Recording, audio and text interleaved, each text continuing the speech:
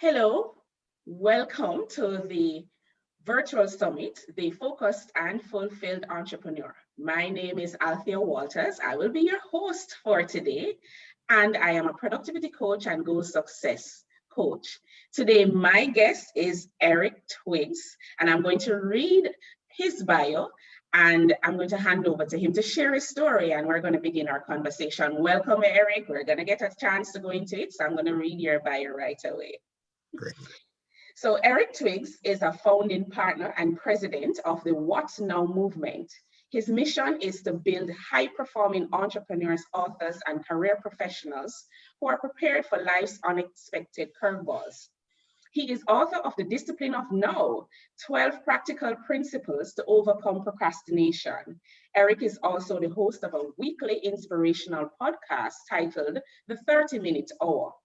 As a certified life and business coach, Eric has conducted over 28,000 coaching sessions, helping executive leaders and entrepreneurs who have moved from feeling frustrated to finding fulfillment.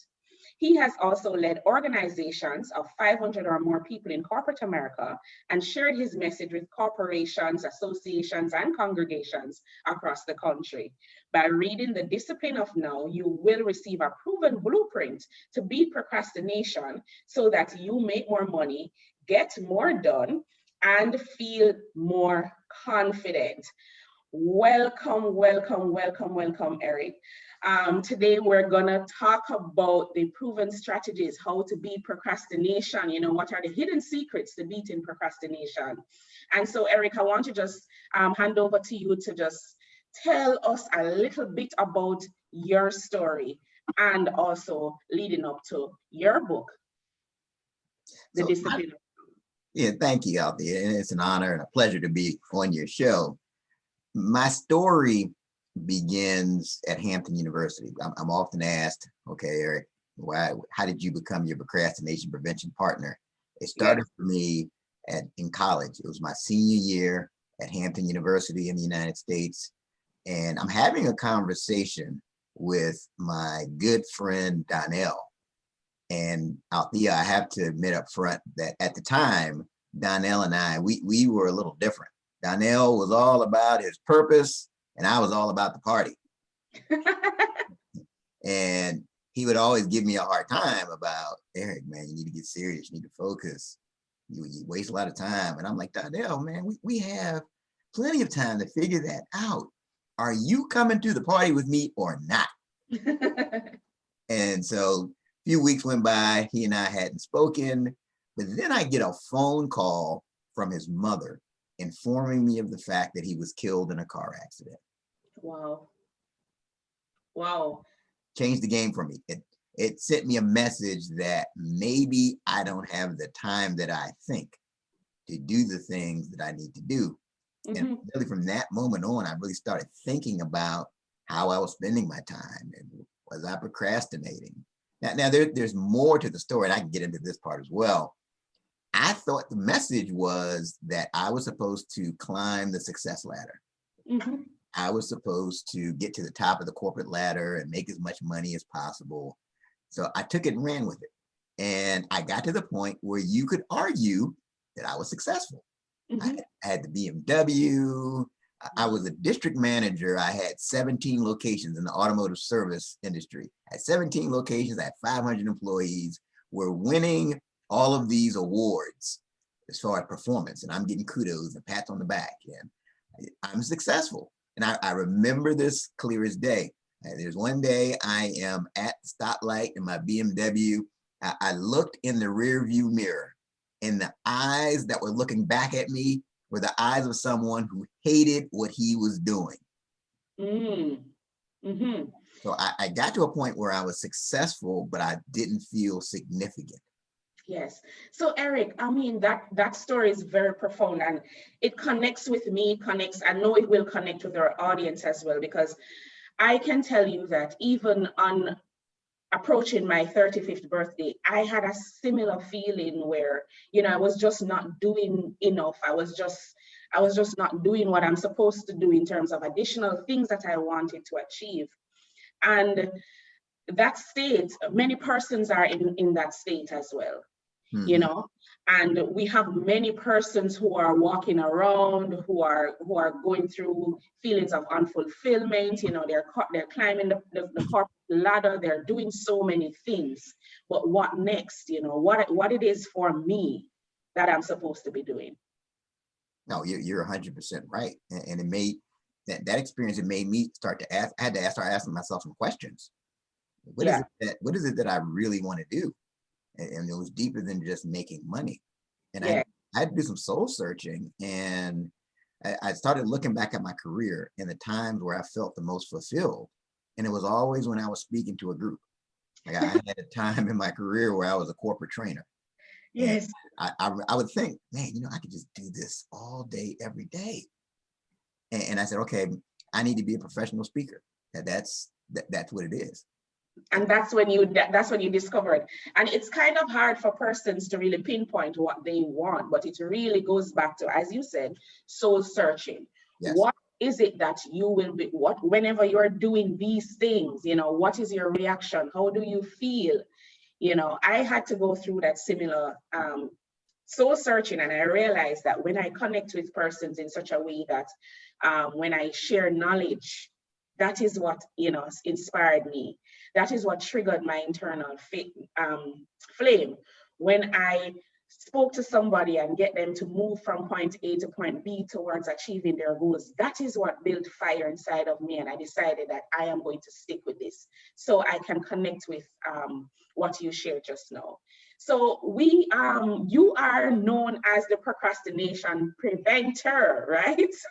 And I'm so interested to know about how it is that you are really that body that just get people to move past procrastination. Tell me a little bit about that. I do it in several ways. So I do it through keynote presentations. I'll do it through like workshops, and I'll also do it through one-on-one coaching. And I've consolidated my principles into one book, The Discipline of Now. And the book is based off of over 28,000 coaching sessions I've done with entrepreneurs and executive leaders. So I took all of those experiences. And the good thing is that I know I work with people that just get it right and they're productive. And I know their habits. And I see the other end of the spectrum of people who just procrastinate on every little thing. I see their habits. And I was able to combine that. And that's how I'm able to be your procrastination prevention partner. I'm not just a theorist. I'm a practitioner. And so working with all these people gives me that experience base to be able to help. Yes, and I like how you share that you know the distinction, or you observe this distinction about the persons who, you know, move and go towards what they want versus the persons who don't move. So, you know, a lot of us struggle with chronic procrastination, just not moving. What is the first thing that you would tell those persons? So what I would do if I was working with someone and they said, Eric, I'm just a chronic procrastinator. First off, I have yet to meet someone that just procrastinates with everything. Yes. Okay. It's usually around a specific. So the key thing is awareness. If you look at and I can usually dig this out as I'm talking to someone, it's usually around, because the solution really depends on what your tendencies are. So for some people, they procrastinate every time when there's a task they don't like to do, right?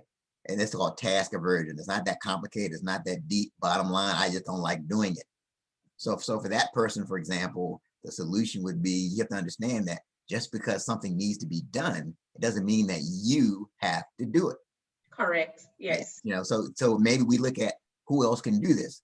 And then if there's nobody else that can do it, can we combine that task with another task that you enjoy?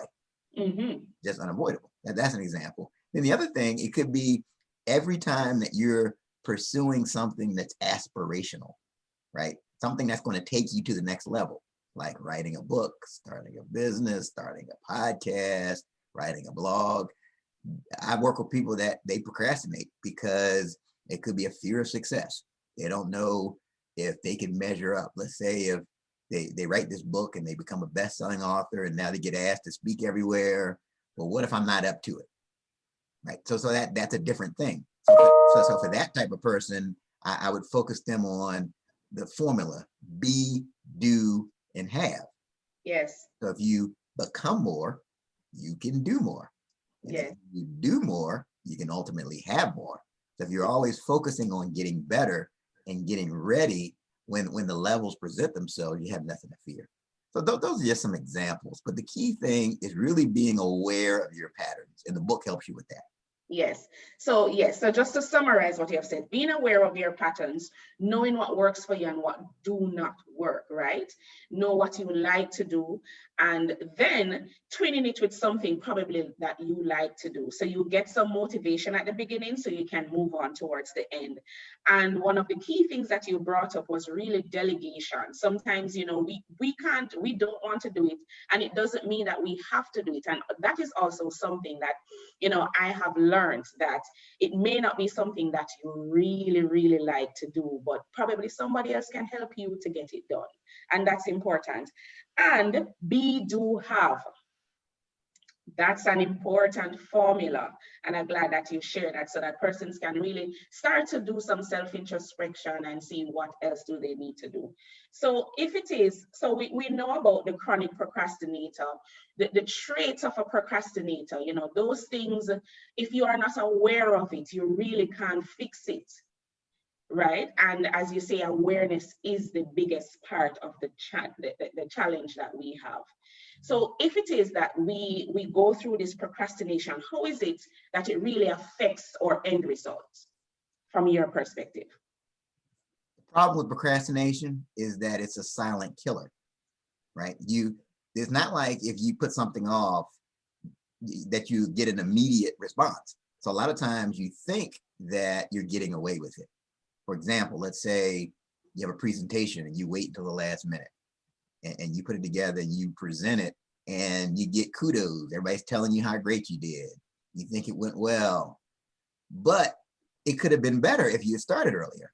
Yes. Right. So you think you get away with it. And then when the stakes get higher and you try that, it may not go as well.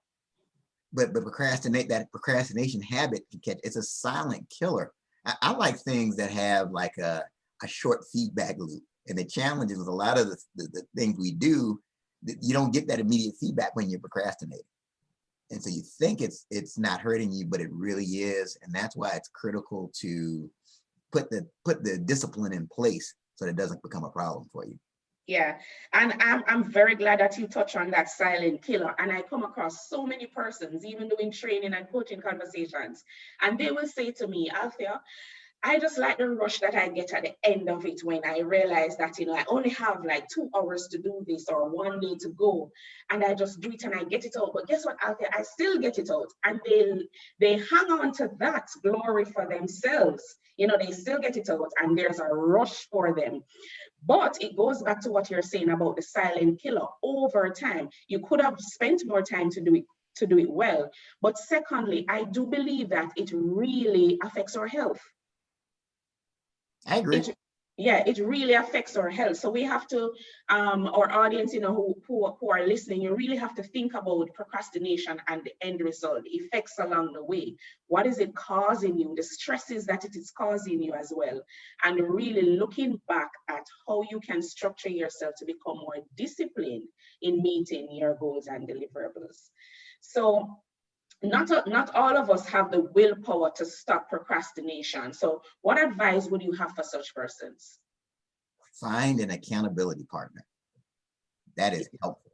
And I remember when I was writing the book, I had this accountability partner. Her name was Laura. She's a great author in her own right. And we were in the National Speakers Association together, and we would meet every week. And she's the nicest person you would ever meet. But she says, so Eric, did you get the outline done for the book like we talked about last week? And I'm like, no. And you know what? It sent me a message like, you know, I need to make sure I'm stepping up to the plate. And when I asked her accountability question, she had done it. And I just felt even worse. Yes. Now, I say that to say it's so helpful to have an accountability partner, someone that's going to hold you accountable to what you said that you would do. Now, it could be an accountability person that you just talk to, you agree to talk to at a certain time. It could be joining a mastermind group. It could be hiring a coach, someone that's going to hold you accountable. But I think that's what gets you past having to depend on your willpower. Yes, that is true, because that will wade away. No, your willpower will also wade away. And I also have an accountability partner. And when we do meet, I'm like going over about my deliverables because I don't want to be showed up in that instance, right? When I go out, I'm like, okay, yes, yes, yes, I did this. Yeah. How did you do? You know, because I really want to show my best self. And that's what an accountability partner does for you. They bring out the best self, right, that you can be proud of. So I'm glad for that tip that you shared. So what is the one productivity habit for you that is non-negotiable in your life and business? I call it the Twiggs top 5. So what I do Mm. is I take every day, at the end of my day, I take a 3x5 card and I write out the 5 critical tasks that I have to do for the following day. That's non-negotiable. And these tasks, they line up with my ultimate goals. So I'm doing things every day that are going to move me forward. And my goal each day is to get my 5 things done. If I got my 5 things done, I won for the day. If I didn't win. Yes, And yes. that really helps. And I find that it's like I'm compelled. Anything I write down, it's like I'm compelled to do it. It's like it's almost like it's calling me, whatever I write down. And that's really helped me to focus on getting the right things done. Right. And I'm glad you brought that up, because what we struggle with, you know, as individuals, as entrepreneurs, is really staying focused. And some things, sometimes what is missing is the structure or a process or a system, something in place. And as part of your daily process, you have your top 5, the Twiggs top 5, and you're looking at those 5 things that you must get done. Some of us will probably not even have something like that in place, but you know, you get up the next morning and you're wondering, you know, why is it that I did not get anything done? You know, why is it that I can't remain focused? But focus, and it comes with some discipline and structure that is going to help us along the way. So thank you for sharing your one productivity habit that is non-negotiable. That's great. You know, so Eric, you've started a What Now movement, you have authored books. You know, what is it that you wish you knew probably 5 or 10 years ago that would probably propel you even faster, you know, or to a better position? You know, what is it that you wish you knew 5 or 10 years ago that you would share with our audience? I wish I knew the value of being a podcast host. Ah, yes. It's interesting because 5 years ago and more, people were always speaking that to me. Like, Eric, you know, you really need to start a podcast. Eric, that's a great idea. And I would go to conferences and they would say, hey, start a podcast. And I'm thinking to myself, I don't need something else to do. I got plenty on my plate. Yes. You know, since I've started my podcast at 30-minute hour, I'm amazed at how much I love it. And there's so much value in being a podcast host, because I get to I've interacted with some of the best influencers in the world. I mean, Yes. we've had people from Australia, England, and I'm getting, my co-host and I say, we're getting free coaching and counseling. Yes. These people, if I tried to get an hour of their time, they would charge me hundreds and hundreds of dollars. But they're on this medium with me, sharing their great ideas, telling me everything they did to build their business and build their influence. It's amazing. I think I learned just as much, if not more, than our followers, just from the people we have on. So that's something I would have tried to host a podcast years ago. Yes, and I can also attest to seeing the value in the podcasting, and I agree with you that it is a valuable way to go. You know, I've seen the impacts, as you say, free coaching from the most influential and successful persons that we know, and the connections are great. You know, the connections, they last for a lifetime. So I can connect with that as well. So as we're going through a new year filled with new possibilities, you know, what lesson or advice can you leave with our audience? I would focus on pivoting and not stopping. So that one of the things with the What Now movement is, I was running into a lot of people who, they say, hey, I'm a stand-up comedian, and because of this pandemic, The Improv Comedy Club is closed. I can't get people in the room anymore. What now? Hey, I own a restaurant and I can't get people in my dining area anymore. So what now? And then a lot of people, they say, I'm just going to wait until things get back to normal. That is not the right response. The question is, what can I do now? What now? And focus on making pivots. Do you need to take your business more virtual? Are there different things you can do? Or are there different products you can create? These times force you to be innovative and creative. And there's no accident that if you look at a lot of the Fortune 500 companies, they were started during some type of downturn, whether it was the Great Depression or the collapse of 2008, or even this pandemic. One of my previous podcast guests put it this way. His name is Dr. Willie Jolly. He said that there are going to be 3 types of people who come out of this pandemic.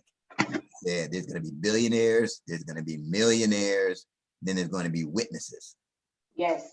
So the people that don't move are going to be the witnesses. Yes. Right. So great, Eric. I want to thank you for sharing that. You know, that is awesome advice. And I just want to say, you know, all the best for the new year. You have shared so much with me and my audience, and I really, really appreciate that. So Eric, as we go through, I want to just wish you all the best and thank you so much for being on the Focused and Fulfilled Entrepreneur Virtual Summit. You have been awesome and we appreciate everything you have shared. Thank you. It's truly been a pleasure. Okay, great.